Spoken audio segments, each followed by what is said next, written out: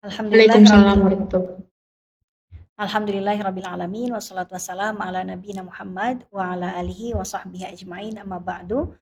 Jamaah sekalian rahmati Allah Subhanahu wa taala. Alhamdulillah hari ini kita masih melaksanakan kajian siang ya bersama Danon Indonesia.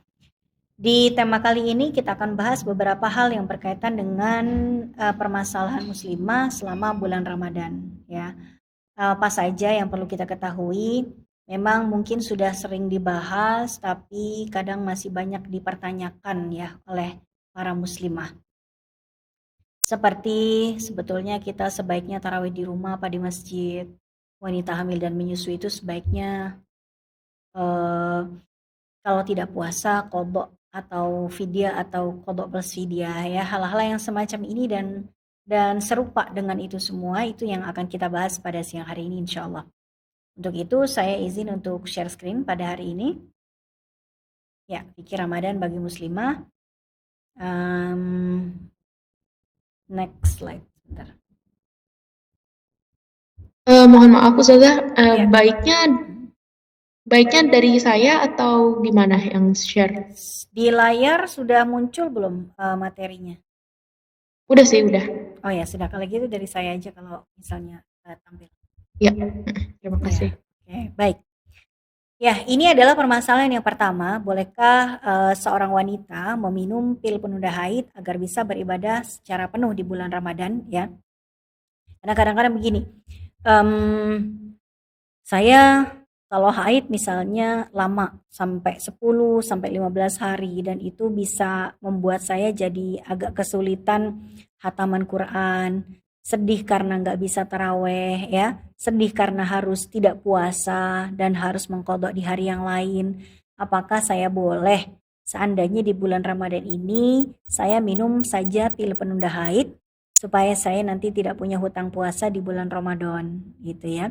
Di sini nanti para ulama berbeda pendapat tentang kebolehannya. Pendapat yang pertama mengatakan tidak boleh. Ini adalah pendapat dari Syekh Shalih bin Utsaimin. Syekh Shalih bin Utsaimin mengatakan tidak boleh. Kenapa tidak boleh? Karena beliau mengatakan kalau misalnya wanita minum pil penunda haid, bisa-bisa dia terganggu kesehatannya. Dan memang merupakan ketetapan dari Allah kalau misalnya minum pil penunda haid nanti ketetapan Allah di otak-atik dan bisa berpengaruh buruk kepada kesehatannya. Kemudian yang kedua, ini pendapat yang memperbolehkan ya.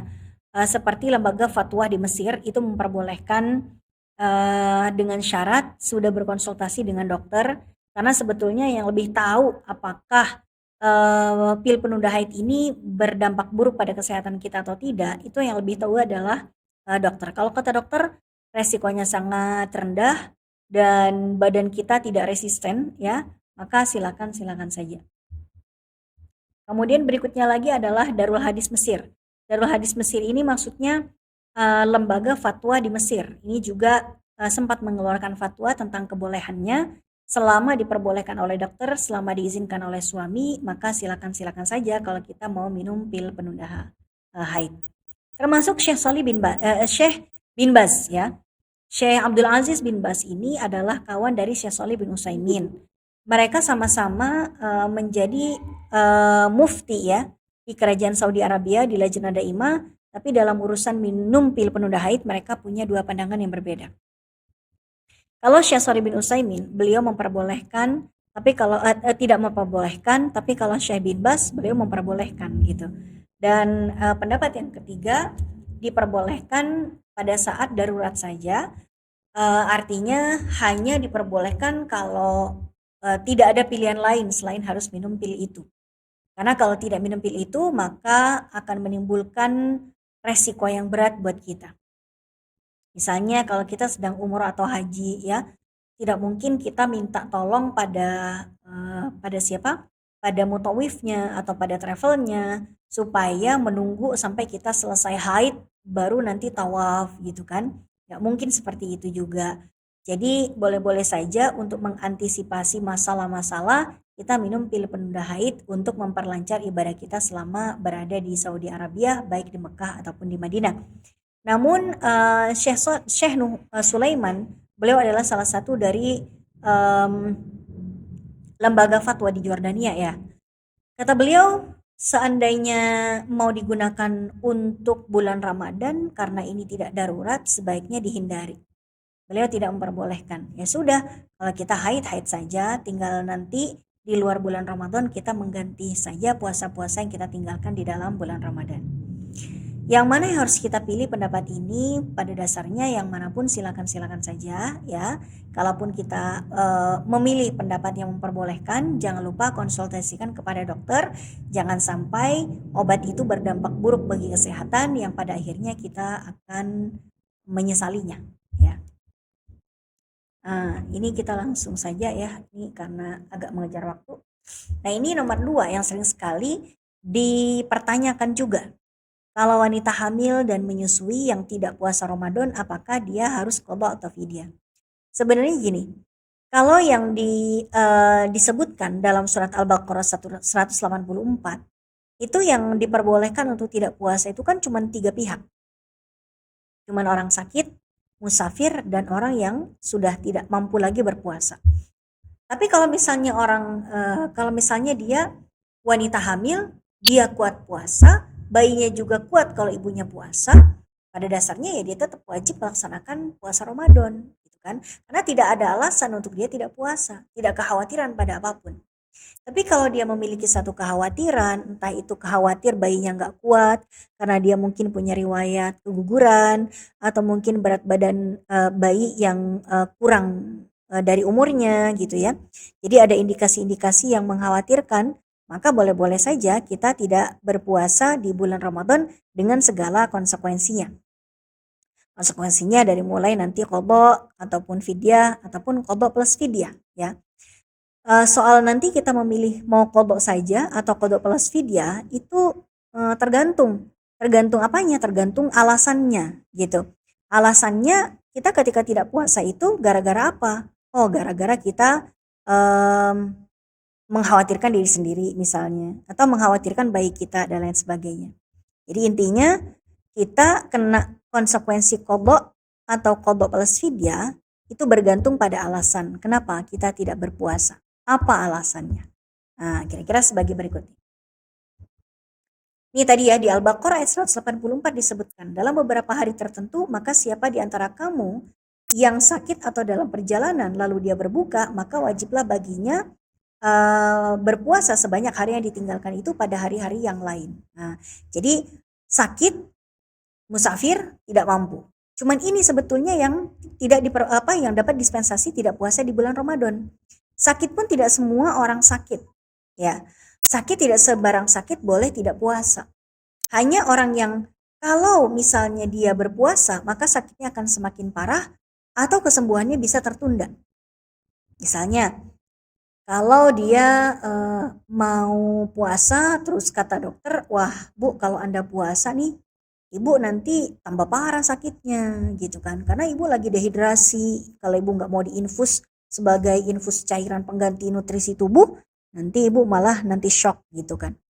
Atau misalnya dia sudah sembuh, baru keluar dari rumah sakit, tapi dia masih butuh memulihkan kesembuhannya. Sehingga dia harus meminum obat dari dokter dulu ya sampai habis, barulah dia diperbolehkan oleh dokternya untuk berpuasa. Maka yang seperti itu silakan saja kalau dia tidak berpuasa dulu di bulan Ramadan. Kemudian orang yang musafir juga boleh untuk tidak berpuasa asalkan apa? Asalkan dia niat safarnya itu untuk sesuatu yang diperbolehkan. Misalnya niat untuk mudik, niat untuk kondangan, niat untuk dinas ya. Lalu di hari itu misalnya pagi hari saya sudah memulai misalnya. Saya dari mulai subuh ingin untuk tidak puasa. Hari itu saya nggak mau puasa. Maka silakan saja boleh untuk dia tidak berpuasa. Asalkan di waktu subuh dia sudah berstatus sudah musafir. Ya, misalnya dia sudah keluar rumah dari jam 3 dini hari. Begitu masuk subuh dia sudah berstatus sebagai musafir dan pada hari itu dia tidak puasa, silakan. Tapi seandainya misalnya dia masih di rumah pada waktu subuh, maka dia masih diwajibkan untuk melaksanakan puasa Ramadan ya. Nggak mungkin dia tiba-tiba pagi-pagi udah sarapan ditanya kenapa tidak puasa hari ini, alasannya musafir. Emangnya mau berangkat jam berapa? Ntar sih habis taraweh. Ya nggak bisa. Kenapa? Karena subuh dia masih berstatus sebagai mukim. Kecuali kalau subuh dia sudah berstatus sebagai musafir, barulah dia di hari itu untuk tidak berpuasa di bulan Ramadan. Kemudian dari jaraknya sendiri, tidak sembarangan musafir boleh untuk tidak berpuasa di bulan Ramadan. Kalau misalnya jaraknya ditempuh itu adalah maksimal 89 km. Minimal 89 km. Kalau kita misalnya saya tinggal di Jakarta di Kuningan lalu kemudian saya ke Tanah Abang. Apakah di Tanah Abang karena saya sibuk belanja terus saya boleh untuk tidak berpuasa? Ya jawabannya enggak dong. Kenapa? Karena jarak safar saya dari rumah saya ke Tanah Abang itu mungkin cuman sekian belas kilometer, bahkan mungkin nggak nyampe 10 kilometer ya. Ya itu berarti dari sisi jarak tidak memperbolehkan saya untuk ambil dispensasi tidak puasa di bulan Ramadan. Tapi kalau misalnya mencapai jarak ini silakan saja ya. Dan orang yang tidak mampu seperti orang yang sudah tua, yang sudah lansia, yang sudah tidak mungkin lagi dia berpuasa karena kondisi organ pencernaannya tidak memungkinkan dia untuk berpuasa. Sampai mungkin akhir hayatnya dia tidak akan mampu puasa. Maka dia boleh untuk tidak berpuasa, termasuk orang yang sakit yang tidak diharapkan kesembuhannya, dia juga boleh untuk tidak berpuasa dengan konsekuensi-konsekuensi yang sudah ditetapkan dalam Al-Baqarah 184 tadi. Kalau orang yang sakit dan musafir, orang yang sakit dan diharapkan kesembuhannya, orang musafir dan diharapkan kepulangannya. Ini nanti kalau nggak puasa Ramadan, nanti setelah dia sembuh atau setelah dia selesai dari safarnya, dia wajib untuk mengganti atau mengqadha puasanya. Berbeda dengan orang yang sudah tidak mampu lagi berpuasa sampai kapanpun. Ya, sampai kapanpun dia tidak akan mampu lagi berpuasa, maka dia cukup mengganti dengan fidyah saja. Oke, tidak perlu dengan qadha, karena gimana mau qadha orang dia sudah tidak mampu lagi untuk berpuasa sampai kapanpun. Nah, pertanyaannya, kalau dia sedang dalam kondisi hamil dan menyusui, seperti apa? Ya, kan dia hamil, kan dia menyusui. Kalau dia nggak puasa, dia qadha apa dia fidyah ya? Nah, ini jemaah sekalian. Mayoritas ulama dalam 4 madhab tidak ada satupun yang memberikan opsi fidyah saja tanpa qadha. Di antara mereka hanya berbeda pandangan apakah wanita yang hamil dan menyusui yang tidak puasa Ramadan itu konsekuensinya qadha saja atau qadha plus fidyah. Gitu. Nggak ada yang fidyah doang gitu kan. Kenapa? Karena akan ada masa suatu saat nanti ketika dia sudah tidak hamil dan menyusui lagi, dia akan sanggup untuk mengqadha puasanya gitu. Jadi nanti qadha kalau sudah tidak hamil dan tidak menyusui lagi. Maka di sini para ulama dalam mazhab Syafi'i memberikan satu fatwa bahwa apakah kita akan qadha atau qadha plus fidyah itu bergantung apakah kita tidak puasanya alasannya apa gitu. Nih, kalau alasannya adalah karena mengkhawatirkan dirinya sendiri. Ya misalnya saya ini kayak orang sakit gitu kan. Aduh, saya kayaknya sakit deh.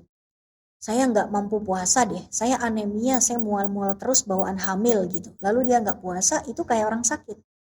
Nanti aja dia qadha, tidak usah bayar fidyah. Kalau nanti sudah bisa qadha, dia qadha.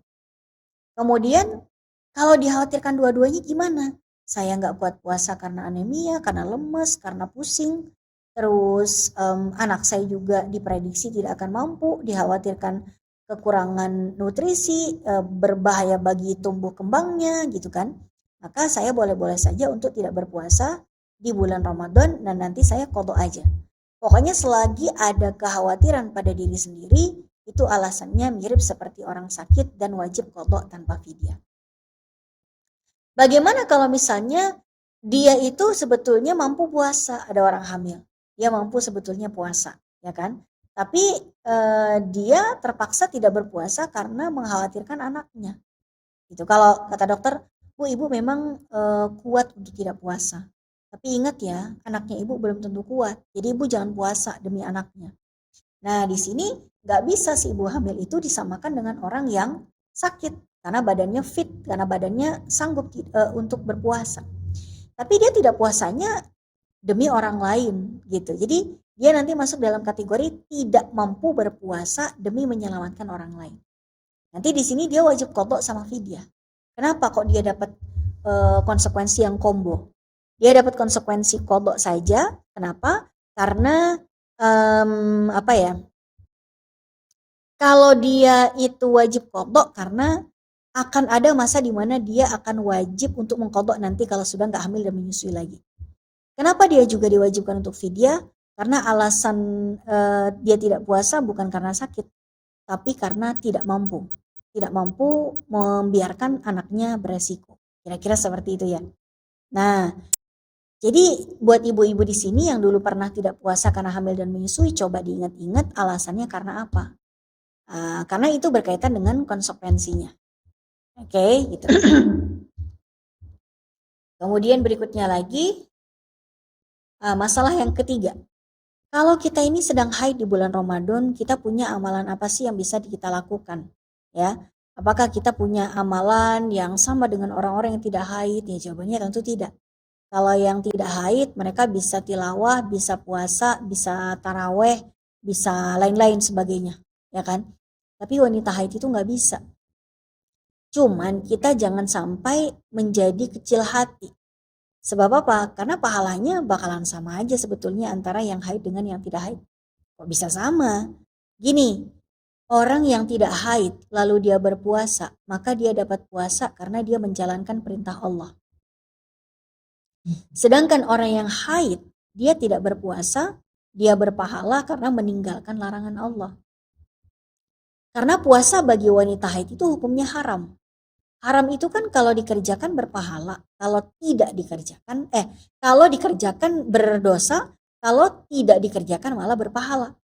Maka kalau kita haid dan kita tidak berpuasa, ya disitulah kita dapat pahalanya. Gara-gara kita nggak puasa, kita jadi berpahala. Gara-gara nggak sholat, kita berpahala. Gara-gara tidak bertilawah, kita berpahala. Gitu. Jadi bukan karena keinginan kita untuk tidak sholat, untuk tidak puasa, untuk tidak tilawah. Bukan keinginan kita, tapi karena kita ridho pada takdir Allah sehingga kita meninggalkan itu semua. Nasumulillah wa nafturulillah. Kita berpuasa karena Allah, kita berbuka juga karena Allah. Ya, jadi sebetulnya mau wanita haid, mau wanita tidak haid, ya pahalanya sebetulnya.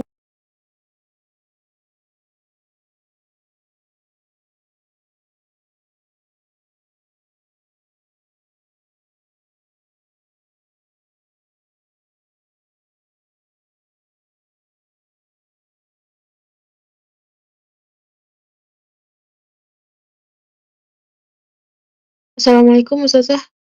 Ya, sepertinya koneksinya terputus suaranya.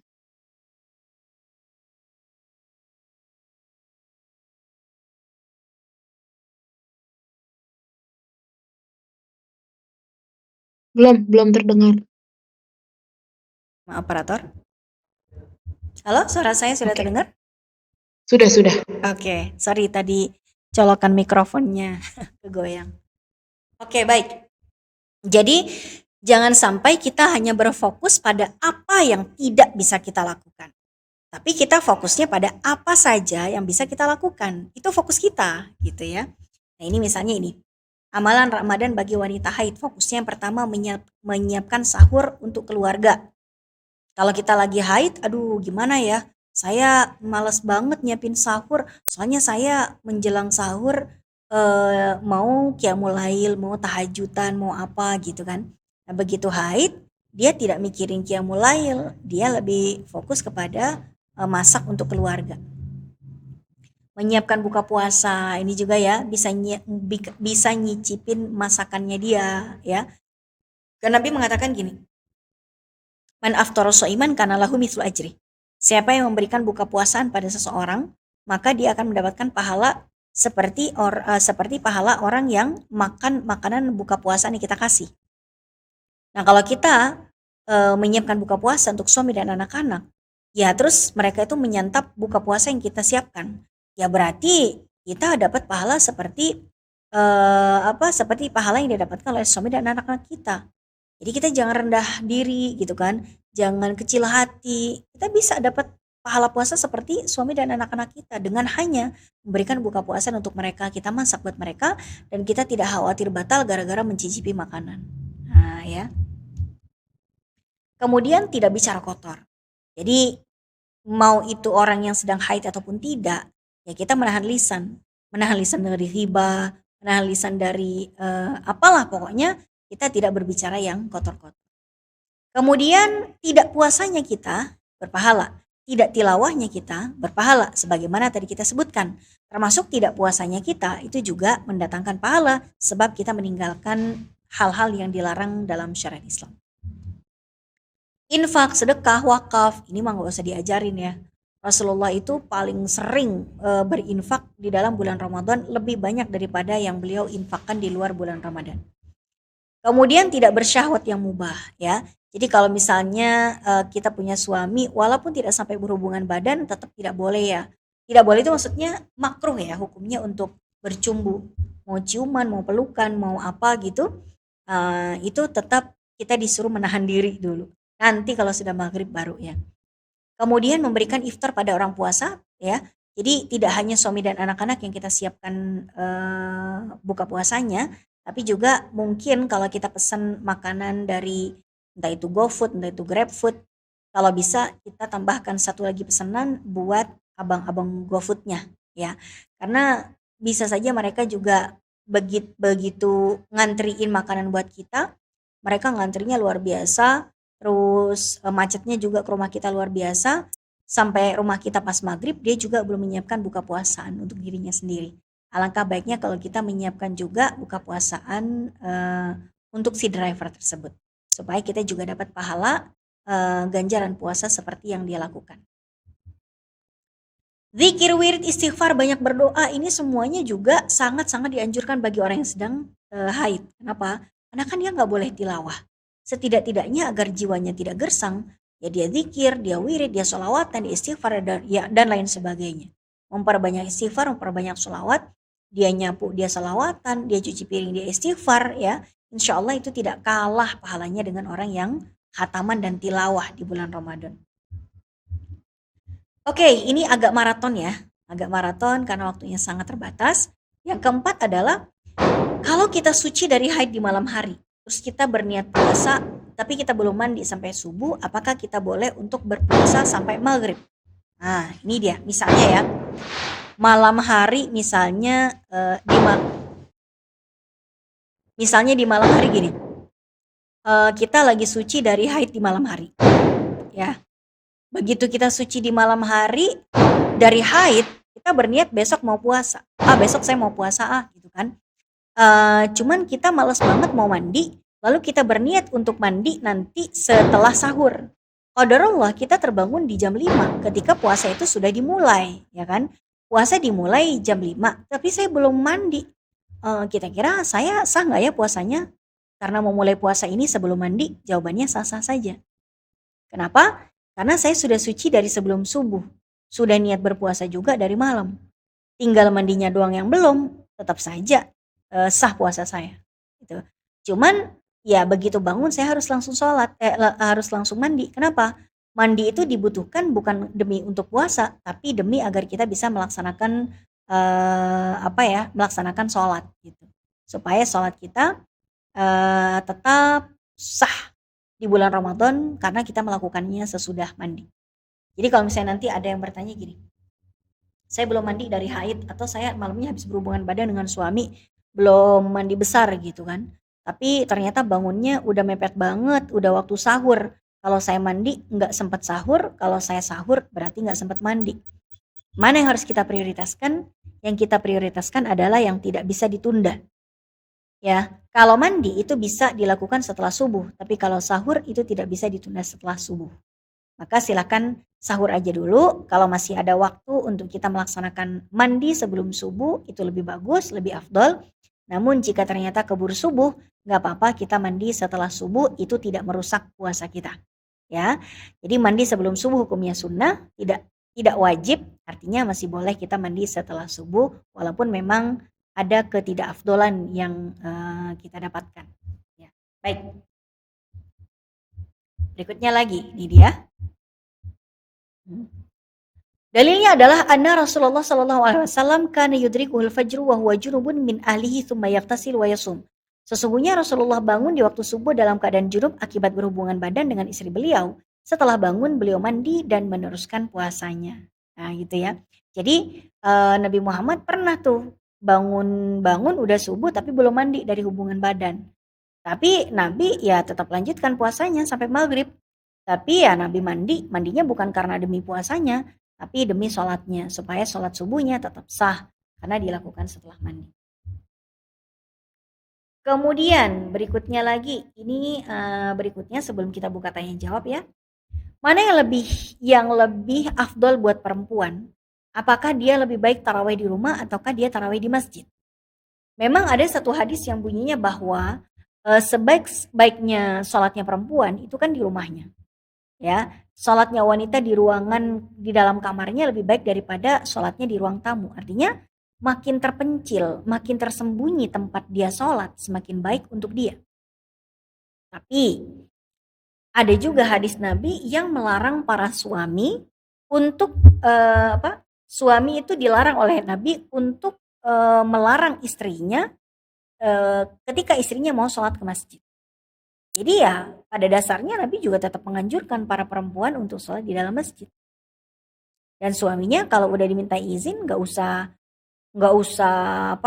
memperberat istri gitu langkahnya istri ke masjid. Maka para ulama mengambil kesimpulan bahwa dari hadis-hadis dan dalil-dalil yang ada beberapa, kalau ada yang lebih maslahat di masjid berarti masjid lebih baik untuk dia. Tapi kalau yang lebih baik dia lebih khusyuk di rumah berarti rumah yang lebih baik untuk dia melakukan tarawih. Nah, jadi di antara maslahat tersebut ya, jadi masjid lebih utama bagi wanita bila ada maslahat. Contohnya, sholat tarawih di masjid lebih bersemangat, sedangkan di rumah lagi tambah malas ya. Karena kan lebih bersemangat kalau kita lakukan bareng-bareng. Kalau di rumah kadang-kadang kita lupa jumlah rakaat, surat pendeknya juga pendek banget ya. Kadang-kadang sambil ngelamun, kadang-kadang pengen ke dapur mulu ngeteh, ngelihat roti pengen makan roti, nggak kelar-kelar sholat jamaah sholat tarawihnya ya kan. Terus sholat tarawih di masjid lebih khusyuk dan lebih panjang bacaannya, sedangkan panjang bacaan adalah keutamaan tersendiri dalam sholat tarawih. Kalau kita di rumah mungkin bacaan surat kita terbatas, sedangkan di masjid biasanya imam-imam tarawih sudah terpilih. Banyak di antara mereka yang hafizul Quran sehingga bacaannya itu lebih bervariasi. Dengan salat tarawih di masjid bisa mendapatkan faidah-faidah ilmu dan nasihat dari ulama dan penuntut ilmu syar'i yang biasa disampaikan di salat-salat tarawih. Kadang-kadang di beberapa masjid ada ceramah kultum sebelum tarawih, ya kan? Sehingga ketika mereka melaksanakan salat tarawih di sela-selanya mereka juga dapat ilmu dari kultum-kultum yang disampaikan oleh para penceramahnya. Jadi kalau misalnya kita lebih khusyuk di masjid, maka masjidlah lebih afdol untuk dia pilih untuk sholat tarawih di dalamnya. Tapi kalau misalnya dia lebih khusyuk di rumah karena mungkin kalau dia ke masjid dia masih punya anak yang sangat kecil. Kalau anaknya dibawa, anaknya gangguin jamaah yang lain. Kalau anaknya ditinggal di rumah, ibunya kepikiran karena nggak ada yang nungguin, ya. Maka kalau seperti itu di rumah aja, itu lebih baik buat dia. Atau misalnya dia sholat di masjidnya itu sholat di rumah itu ada dengan pertimbangan di rumah ada yang perlu dia rawat. Ada mertuanya, ada orang tuanya yang kebetulan masih harus dirawat di rumahnya. Maka kalau dia tinggal ke masjid, kepikiran juga kita kan. Maka sebaiknya tempat yang lebih maslahat untuk kita pilih untuk tarawih adalah sholat di rumah. Jadi buat perempuan mana yang lebih maslahat itulah tempat terbaiknya. Tapi untuk laki-laki tempat terbaik untuk sholat selalu di masjid, khususnya untuk sholat fardu dan sholat-sholat sunnah yang afdol dikerjakan secara berjamaah. Oke, moderator kita punya waktu sampai jam berapa untuk menyampaikan materi? Halo? Halo, maaf. Ada sesi tanya jawab 10 menit kali ya. Jadi sampai jam 14.05, Ustazah. Sampai 14.05, oke. Iya. Baik, berikutnya lagi saya lanjutkan materi poin yang terakhir sebelum kita buka tanya jawab ya. Boleh atau tidak muslimah beritikaf di rumahnya? Kadang-kadang kita pengen banget itikaf di masjid, tapi apa daya masjidnya tidak menyiapkan fasilitas itikaf untuk perempuan, hanya menyiapkan itikaf buat laki-laki. Seperti apa? Apakah perempuan juga masih punya kesempatan itikaf di rumahnya atau tidak? Nah, di sini kita lihat, apa sih itikaf itu? Itikaf itu adalah memenjarakan diri atau berdiam di dalam masjid dengan tata cara tertentu yang disertai dengan niat. Ya, Rasulullah itu pernah menganjurkan itikaf di 10 malam yang terakhir di bulan Ramadan. Nabi mengatakan, "Mangkana i'takafa ma'i falya'takif al-ashra al-awakhir." Mangkana siapa yang ingin i'takafa untuk beritikaf ma'i bersamaku, falya'takif al-ashra al-awakhir di 10 malam yang terakhir. Di sini Nabi tidak mengkhususkan tiap malam ganjil ya. Bisa saja Lailatul Qadar itu ada di malam genap juga di 10 malam terakhir. Nah, kemudian hukum itikaf itu sendiri apa? Kalau dilakukan di selain 10 malam Ramadan terakhir, itu sunnah biasa, tapi kalau di 10 malam yang terakhir Ramadan, itu hukumnya jadi sunnah muakkadah, yang di atas sunnah tapi masih di bawah wajib. Kalau wajib, ada sih itikaf yang wajib kalau kita menazarkan. Misalnya, ya Allah saya bernazar ingin itikaf di 10 malam yang terakhir di Ramadan tahun ini. Berarti kita udah kena kewajiban untuk beritikaf ya, karena kita sudah menazarkan berniat mewajibkannya untuk diri kita sendiri. Tapi selama kita tidak menazarkan, maka pada dasarnya itikaf itu hukumnya sunnah atau sunnah muakkadah. Nah, itikaf itu tidak bisa dinyatakan sah kalau tidak memenuhi unsur-unsur rukunnya. Pertama, harus ada yang beritikaf ya. Orang yang beritikaf itu harus yang beragama Islam, harus yang berakal, dia tidak gila, dia tidak mabok, dia mumayyiz. Mumayyiz itu anak yang memang belum baligh tapi dia sangat tahu apa itu itikaf dan untuk apa itu itikaf.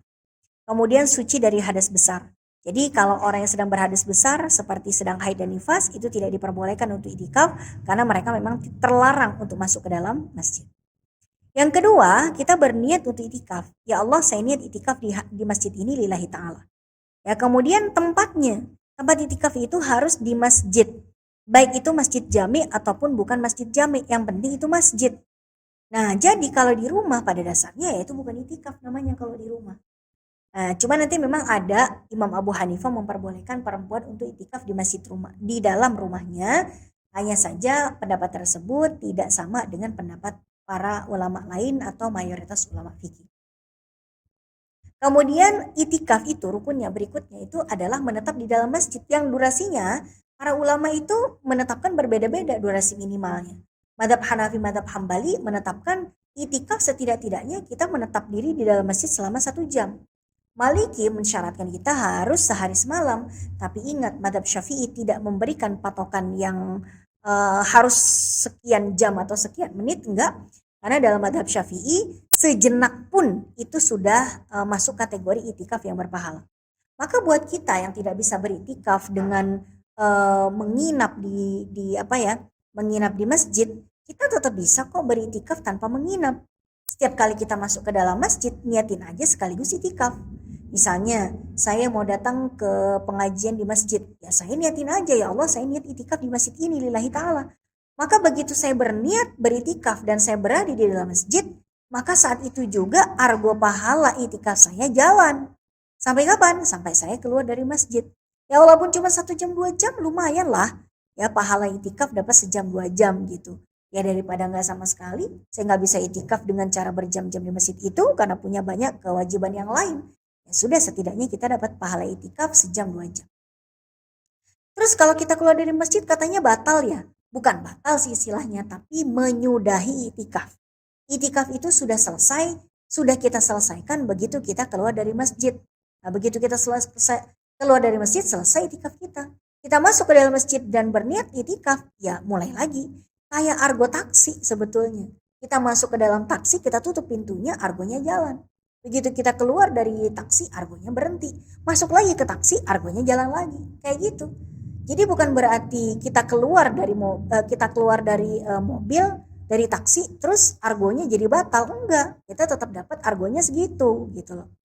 Kita turun dari masjid, ya udah kita dapat itikaf selama tadi kita berada di dalamnya. Kalau kita lagi mau taraweh malam, jangan lupa niatin itikaf juga. Masuk ke dalam masjid, niatkan, ya Allah saya niat beritikaf di masjid ini lillahi ta'ala. Ngapain kita di situ? Ya kita taraweh, kita sholat isya, kita witir, kita zikir, kita tilawah. Kalau perlu habis taraweh nggak langsung pulang, tapi tilawah-tilawah dulu. Nah, begitu kita turun dari masjid, selesai sudah pahala itikaf kita. Maka yang penting niat, diniatin. Begitu ada momen kita masuk masjid, niatin sambil apa ya namanya? Niatkan aja kita sambil itikaf, ya. Jangan dibuang dengan sia-sia. Mumpung kita bisa masuk ke dalam masjid gitu loh. Mau itu ada acara tarawehan, mau itu ada acara pengajian, mau itu ada acara bantuan sosial, acara-acara keagamaan yang lainnya, selama kita berada di dalam masjid dan kita berniat untuk itikaf di dalamnya dan kita tidak berada dalam hadas besar, ya itu artinya kita sedang beritikaf. Dapatlah kita pahala itikaf. So, pahala itikaf tidak harus selalu menginap. Apalagi buat perempuan yang mungkin sangat sedikit sekali masjid yang menyediakan fasilitas menginap saat itikaf di malam bulan Ramadan. Kemudian ini batalkan itikaf. Pokoknya selama itikaf tuh kita nggak boleh jima. Ngapain juga jima dalam masjid ya. Keluar tanpa udzur artinya selesai itikafnya. Murtad keluar dari agama Islam pastilah, karena orang itikaf harus beragama Islam. Mabok itu juga jadi batal itikafnya. Haid atau nifas. Begitu kita lagi itikaf, tiba-tiba kita ke toiletnya masjid, keluar darah haid. Kita sudah itikafnya, segera kita meninggalkan masjid. Tidak perlu kita berlama-lama. Mungkin kita masuk ke dalam masjid untuk membereskan barang-barang kita, tapi tidak perlu berlama-lama duduk-duduk di sana. Begitu kita sudah beres-beres, mengambil barang-barang kita di dalam masjid, segera kita keluar dari masjid dan menuju rumah kita. Karena memang wanita haid tidak diperbolehkan untuk berdiam diri di dalam masjid, baik untuk itikaf ataupun bukan untuk itikaf. Tapi kalau kita itikaf di masjid, kita boleh makan dan minum. Tapi tolong dipatuhi aturan yang ditetapkan oleh DKM, di mana kita boleh makan, di mana kita boleh tidur. Kita boleh berbincang-bincang, tapi hanya berbincang yang baik-baik saja. Tidak boleh kita pindah tempat rumpi, pindah tempat ribah ke masjid, bawa rumpian dan ribahan di dalam masjid saat itikaf, itu tidak diperbolehkan. Kalau nanti ada yang nanya, boleh nggak sih kita itikaf sambil ngerjain tugas kantor, kita ngetik-ngetik di situ dalam masjid? Ya boleh-boleh saja, silakan saja ngerjain tugas kantor sambil beritikaf di dalam masjid. Itu juga dihitung itikaf. Pokoknya selama kita ada di dalam masjid, kita berniat itikaf di dalamnya, udah berjalan terus itu ibadah pahala itikafnya. Ya, namun alangkah baiknya kalau itikaf tidak hanya diisi dengan pindah tempat ngantor, tapi kita mengisi dengan kebaikan-kebaikan lain seperti tilawah, sholat, dan lain-lain sebagainya. Memakai perhiasan, memakai parfum silakan saja. Bahkan bagi para lelaki disunahkan masuk masjid dalam keadaan berparfum. Agar apa? Karena memang gini, khudzu zinatakum inda kulli masjid. Ya, pakailah perhiasan kalian ketika kalian itu masuk ke dalam masjid. Maksudnya perhiasan di sini dalam ayat ini maksudnya memakai pakaian yang baik, yang wangi, yang bersih, tidak mengganggu pemandangan orang lain. Kadang-kadang ada orang pakai kaos tapi isi tulisan di kaosnya itu apa ya, yang lucu-lucu, bikin orang sholat jadi nggak fokus gitu ya. Misalnya ada tulisannya gini, jangan baca tulisan ini kecuali kamu orang yang ngefans sama saya. Itu kan lebih lucu-lucuan aja gitu ya. Jangan sapa kecuali Anda mau jadi yang kedua gitu kan. Ya, kalau yang kaos-kaos lucu-lucuan seperti itu jangan dimasukkan ke dalam masjid lah. Khawatir nanti orang yang sholat di belakangnya jadi terkekeh-kekeh, tertawa-tawa, dan malah membatalkan sholatnya, dan sholatnya menjadi tidak khusyuk. Intinya masuk ke dalam masjid kita disunahkan menggunakan pakaian yang terbaik. Kita disunahkan juga memakai parfum. Untuk laki-laki parfumnya boleh yang menyengat, buat perempuan parfumnya yang yang lembut-lembut saja, tidak perlu yang menyengat. Karena memang parfum yang menyengat itu untuk laki-laki, dan parfum untuk perempuan adalah yang tidak menyengat, yang baunya soft, halus, dan tidak berlebihan. Kalau perempuan di sini ada dua pendapat tadi sebagaimana saya sampaikan ya. Sebentar. Ada yang melarang, ada yang memperbolehkan. Pendapat yang melarang misalnya yang diriwayatkan oleh Qatadah ya, bahwa Ibnu Abbas pernah ditanya, apa hukum wanita beritikaf di masjid rumahnya? Kata Ibnu Abbas, itu bid'ah dan seburuk-buruk amal di sisi Allah adalah bid'ah, tidak sah itikaf kecuali di masjid dan di dalamnya dilaksanakan sholat. Karena di masa Nabi memang di masa Nabi memang orang laki-laki ataupun perempuan itu itikafnya di masjid. Untuk yang perempuan mereka mendirikan tenda di halaman-halaman masjid. Ya, mereka itikaf di situ, bukan beritikaf di dalam rumahnya. Gitu.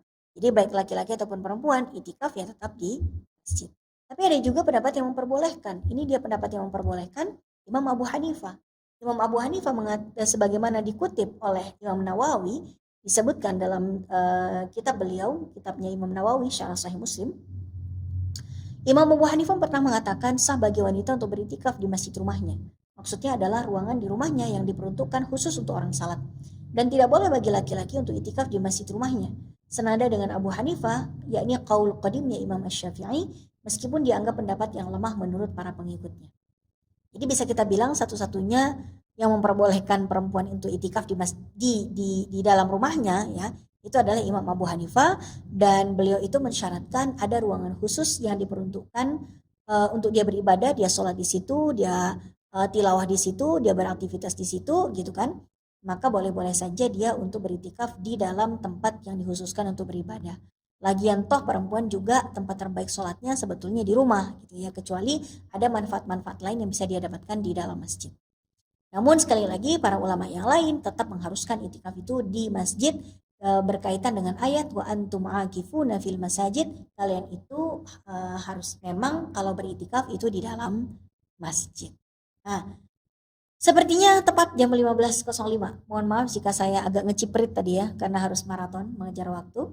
Jika masih ada yang perlu dipertanyakan, baik itu hal-hal yang berkaitan dengan fikih-fikih Ramadan buat perempuan, atau fikih lain yang berkaitan dengan puasa, Lailatul Qadar, dan lain sebagainya, silakan kita diskusikan bersama. Saya kembalikan waktu dan media Microsoft Team kepada moderator. Silakan. Iya, terima kasih Ustazah atas paparannya. Ada pertanyaan dari Mbak Afia Nurusahifa. Assalamualaikum Ustazah, ingin bertanya. Kemudian bagaimana waktu yang tepat untuk ibu hamil dan menyusui mengkodok puasanya? Apakah sampai sebelum Ramadan tahun mendatang? Terima kasih. Ya, jadi waktu yang tepat untuk mengkodok puasa bagi wanita yang hamil dan menyusui adalah setelah dia tidak lagi hamil dan menyusui. Misalnya gini, Oh, oke. misalnya tahun ini misalnya ada dia lagi hamil ya, terus dia nggak puasa kan. Terus dia beberapa bulan kemudian dia melahirkan, kemudian dia mengalami nifas, lalu dia menyusui. Dan Ramadan tahun berikutnya dia masih dalam kondisi menyusui. Berarti dia ada 2 Ramadan yang dia lewatkan ya. Begitu selesai dari Ramadan yang kedua, beberapa bulan kemudian anaknya udah selesai dari ASI eksklusif, anaknya udah makan makanan pendamping ASI, sehingga volume menyusuinya ya tidak sesering ketika masih ASI eksklusif. Maka ketika si ibu ini walaupun menyusui, tapi tidak perlu sering-sering juga nyusuin anaknya karena anaknya sudah minum minuman makanan pendamping ASI, dan si ibu ini sudah bisa untuk berpuasa misalnya, silakan mulai mengkodok. Tapi boleh juga si ibu ini mulai kodoknya setelah anaknya benar-benar sudah disapih ya. Jadi misalnya dia tidak berpuasa di Ramadan tahun depan, lalu kemudian berikutnya lagi bulan-bulan berikutnya dia masih menyusui, lalu di tahun depannya lagi dia tidak puasa lagi karena masih menyusui belum genap 2 tahun, ya sudah, setelah itu berarti ada 3 Ramadan yang dia tinggalkan, berarti kurang lebih ada 90 hari hutangnya, cicil aja ketika dia sudah selesai mengasihi, sudah selesai sudah selesai menyusui, udah menyapi dan lain sebagainya, silakan dicicil-cicil aja. Bisa nyicil seminggu 3 kali, bagus. Seminggu 2 kali, Senin Kemis sekalian, itu juga bagus ya. Paling-paling nanti dia dihusnudzonin sama orang. Masya Allah, tiap Senin Kemis dia berpuasa terus gitu ya. Padahal orang-orang pada nggak tahu aja kalau perempuan ini puasanya karena qadha. Ya nggak apa-apa. Kita dijuluki ahli puasa gara-gara kita sering puasa Senin Kemis, walaupun itu ternyata diniatin untuk qadha ya. Oke, baik.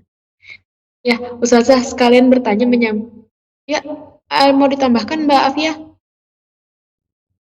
Oke, mungkin gini Ustazah, banyak teman-teman saya yang kebetulan Ahwat juga, yang dia itu hamil menyusui lagi seperti itu. Nah, dihitung, tapi apakah untuk just in case masih ada, dia takut bahwa dia udah nggak adanya, udah dipanggil sama Allah gitu ya, udah nggak hidup lagi, ya udah akhirnya dia bayar fidyah. Apakah itu diperbolehkan Ustazah? Ya, Kalau misalnya dia ingin mengantisipasi hal-hal yang terkait dengan usia gitu kan, aduh kalau saya ini hamil nyusuin mulu, utang saya banyak banget, entah saya kapan bisa gantinya, mungkin masih 2 tahun lagi, dan hutang saya banyak gitu kan, saya mau bayar vidya aja dulu lah, ya sudah, bayar vidya aja dulu karena itu yang paling memungkinkan untuk dilakukan saat ini. Tapi nanti ketika Allah kasih umur panjang, kasih kesehatan, anak pun sudah disapih semuanya, disitulah kita bisa memulai kodok-kodok puasa kita dengan dicicil semampunya. Kira-kira seperti itu. Mbak-mbak kalau ada pertanyaan silahkan di chat atau kalau mau langsung silahkan ajukan raise hand ya. Saya ada pertanyaan Ustazah. Kebetulan kakek saya itu punya penyakit mah akut sampai dokter bilang Bapak tidak boleh berpuasa karena kalau berpuasa lambungnya begini dan begitu gitu. Itu udah jalan beberapa tahun gitu ya, beliau nggak puasa dan pada akhirnya dia nekat aja gitu, kakek saya nekat aja karena ya udahlah puasa nggak puasa sakit-sakit juga katanya. Qadarullah setelah kakek saya puasa sembuh. Nah pertanyaan saya apakah puasa-puasa yang ditinggalkan itu wajib untuk digantikan? Ya, Gitu. kalau memang ternyata beliau sembuh dari sakitnya, maka puasa-puasa yang ternyata ditinggal di masa lalu gara-gara sakit berarti wajib diqadha. Karena beliau sudah sembuh dan memungkinkan untuk puasa. Tapi sebaiknya dikonsultasikan ke dokter. Jangan-jangan kita merasa sembuh, tapi sama dokter tetap dia katakan sakit. Kadang-kadang organ tubuh kita ini eh, apa ya, tidak sembuh sebetulnya. Hanya saja kita karena merasa udah mendingan, udah seger gitu ya. Padahal spare part di dalam badan kita itu merintih-rintih gitu. Nah ini perlu juga kita konsultasikan pada dokter. Jadi kalau kata dokter, oh alhamdulillah bu, nih gara-gara puasa atau gimana atau karena bapak menghindari makanan-makanan yang pantangan nih, jadinya cepat sembuhnya.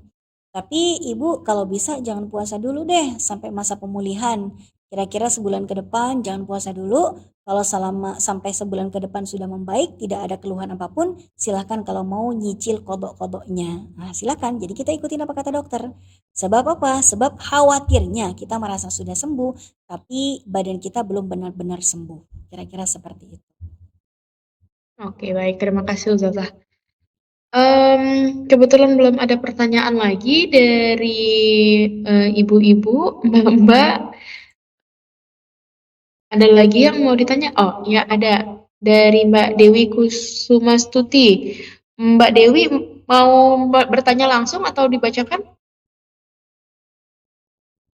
Oke. Bacakan aja Mbak. Oke, ya ya, oke. Assalamualaikum Ustazah, izin bertanya, pada saat musafir ada hadis yang mengatakan disunahkan untuk tidak berpuasa, bahkan jika tidak berpuasa akan mendapat pahala sunnah dibandingkan jika kita memaksa untuk berpuasa. Karena Islam itu tidak memberatkan. Apakah hadis ini kuat ya Ustazah? Sebetulnya gini jamaah sekalian, orang yang sedang safar itu diberikan banyak dispensasi. Mau itu dispensasi untuk jamak qashar ataupun dia dispensasi untuk tidak berpuasa. Ya, hanya saja gini, orang yang melakukan sholat jamak dan qashar, sholatnya tidak perlu diganti lagi. Sementara orang yang mengambil dispensasi tidak puasa, dia punya konsekuensi qadha lagi gitu. Itu yang bikin males akhirnya. Jadi gini, memang ada perbedaan pendapat di antara para ulama mana yang lebih afdol bagi musafir mengambil dispensasi-dispensasi yang ada termasuk urusan tidak puasa atau apakah dia sebaiknya tetap berpuasa saja agar dia tidak dikenai qadha di luar bulan Ramadan. Yang manapun silakan saja. Mana yang lebih maslahat untuk kita itulah yang kita pilih. Seandainya perjalanan safar kita itu ternyata membutuhkan tenaga, energi dan vitalitas tubuh yang kuat ya, misalnya perjalanan darat ya. Habis perjalanan darat dia harus melalui perjalanan laut. Dari perjalanan laut banyak cobaan di perjalanan sehingga kalau dia berpuasa dia gampang sakit, dia lemah, dia berkunang-kunang, dia pusing dan lain sebagainya. Seandainya dia melakukan terus puasa, maka itu akan berdampak buruk bagi kesehatannya. bisa saja dia tambah sakit gara-gara puasanya. Ya, maka dalam hal ini tidak boleh dia memaksakan untuk puasa. Wala tulqu biaidikum ila tahlukah. Jangan kalian ceburkan diri kalian ke dalam kebinasaan. La darar wala dirar, kata Nabi. Jangan kalian melakukan tindakan yang berbahaya untuk diri kalian ataupun untuk orang lain.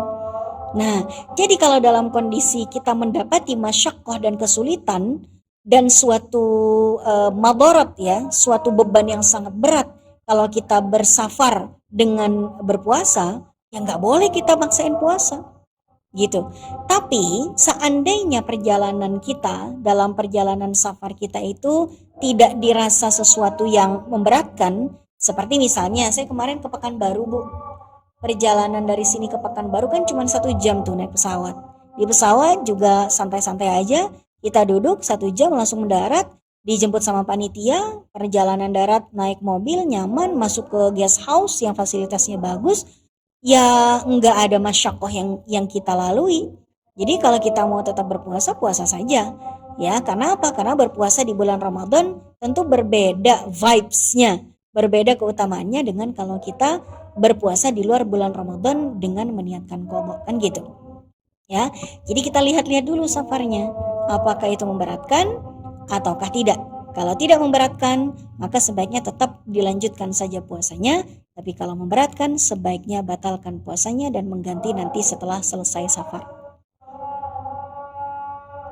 Alhamdulillah. Terima kasih Ustazah atas penjelasannya. Pas banget jam 15.15. Ada satu pertanyaan lagi Ustazah, izin apakah masih diperbolehkan? Ya, silakan satu lagi mungkin. Oke ya. Dari Dwi Isrianti. Assalamualaikum Ustazah, ingin bertanya, apakah info suntikan tambal gigi untuk pengobatan tidak membatalkan puasa? Bukan penjelasannya.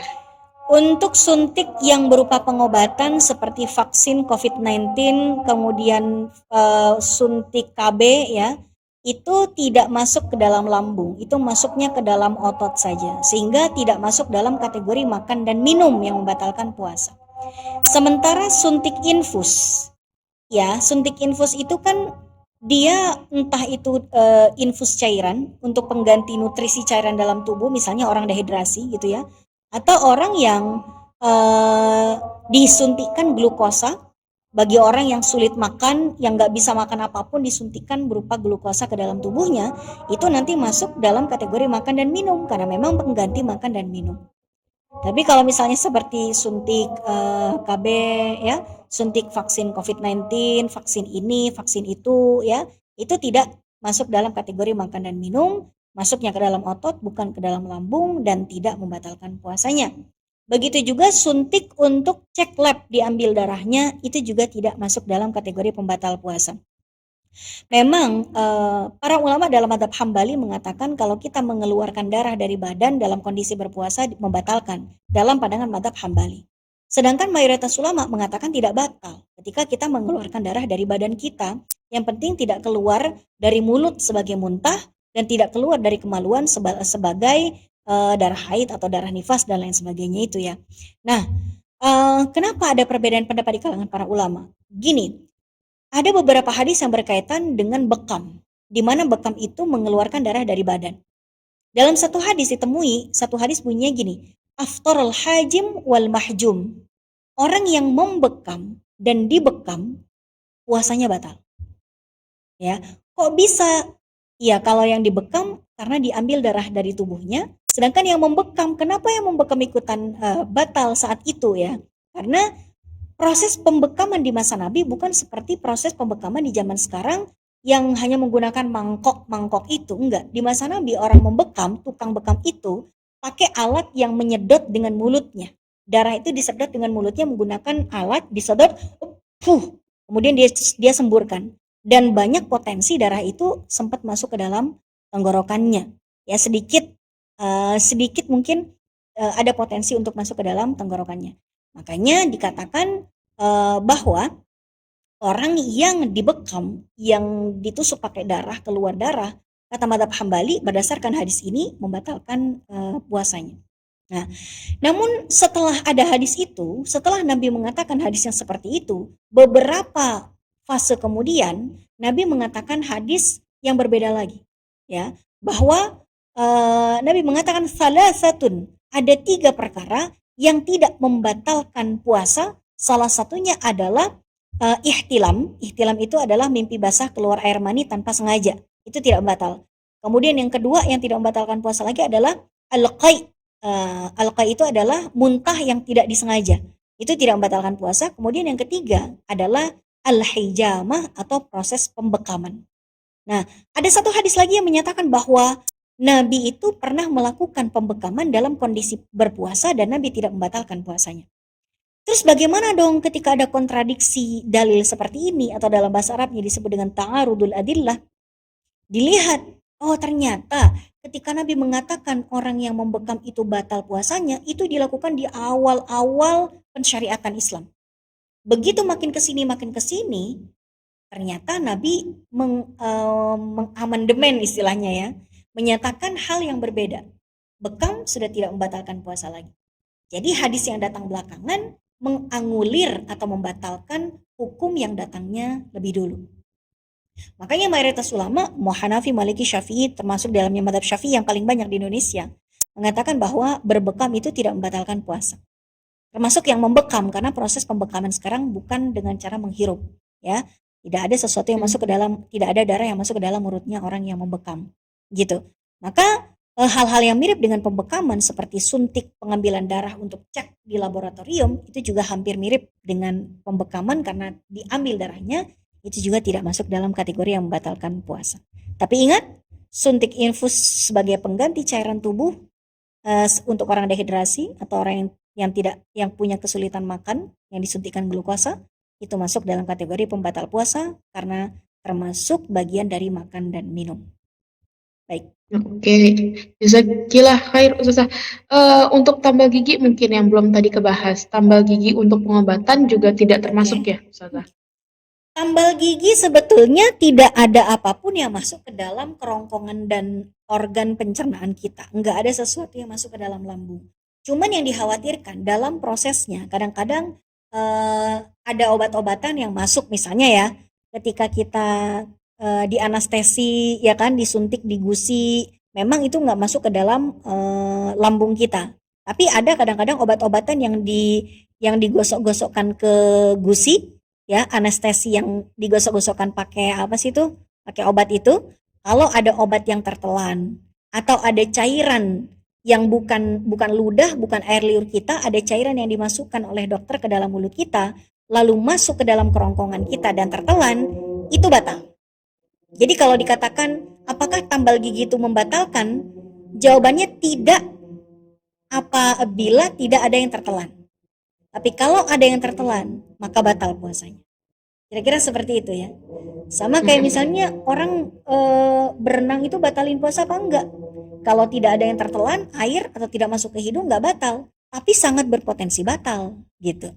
Jadi membatalkan tidak, tapi berpotensi membatalkan kalau ada yang tertelan ke dalam kerongkongan masuk ke dalam lambung. Baik. Oke, walaupun pada akhirnya tidak sengaja tertelan, tetap itu membatalkan ya Ustazah? Jadi Bukan masalah itu tidak sengaja, bukan masalah tidak sengaja, pokoknya tertelan. Misalnya gini, kita nguap. Wah, begitu kita nguap masuk laler glek. Sengaja nggak kita menelan? Nggak sengaja. Tapi secara hukum itu menelan. Sengaja tidak sengaja menelan sesuatu masuk ke dalam kerongkongan itu membatalkan. Atau misalnya tadi sahur kita sahurnya pakai dendeng atau rendang gitu ya. Terus kita nggak sikat gigi. Begitu jam segini kita main-main gigi, ternyata kita temukan ada sisa daging yang nyelip di gigi. Kita main-mainin. Terus lepaslah sisa daging itu dari sela-sela gigi, kita main-mainin di lidah, ternyata ketelan. Kita memang tidak berniat untuk menelannya, tapi tetap saja ditelan. Begitu ditelan, masuk sesuatu ke dalam organ pencernaan kita yang memiliki saluran ke dalam lambung, yang berarti itu batal. Gitu ya. Ya kalau misalnya nggak sengaja ya mudah-mudahan tidak berdosa, tapi tetap qadha gitu. Tapi kalau sengaja makan, ya dia wajib qadha dan juga berdosa. Itu bedanya. Oke. Baik, alhamdulillahirrahmanirrahim. Sekarang sudah jam 15.23 dan alhamdulillah sudah masuk waktu asar. Eh, mungkin izin saya tutup forum ini, Ustazah. Ya. Alhamdulillah, kalau takunan minal mumtarin. Em, terima kasih jazakillah khair untuk Ustazah Aini dan ibu-ibu teman-teman dan non wanita. Wassalamualaikum warahmatullahi wabarakatuh. Waalaikumsalam.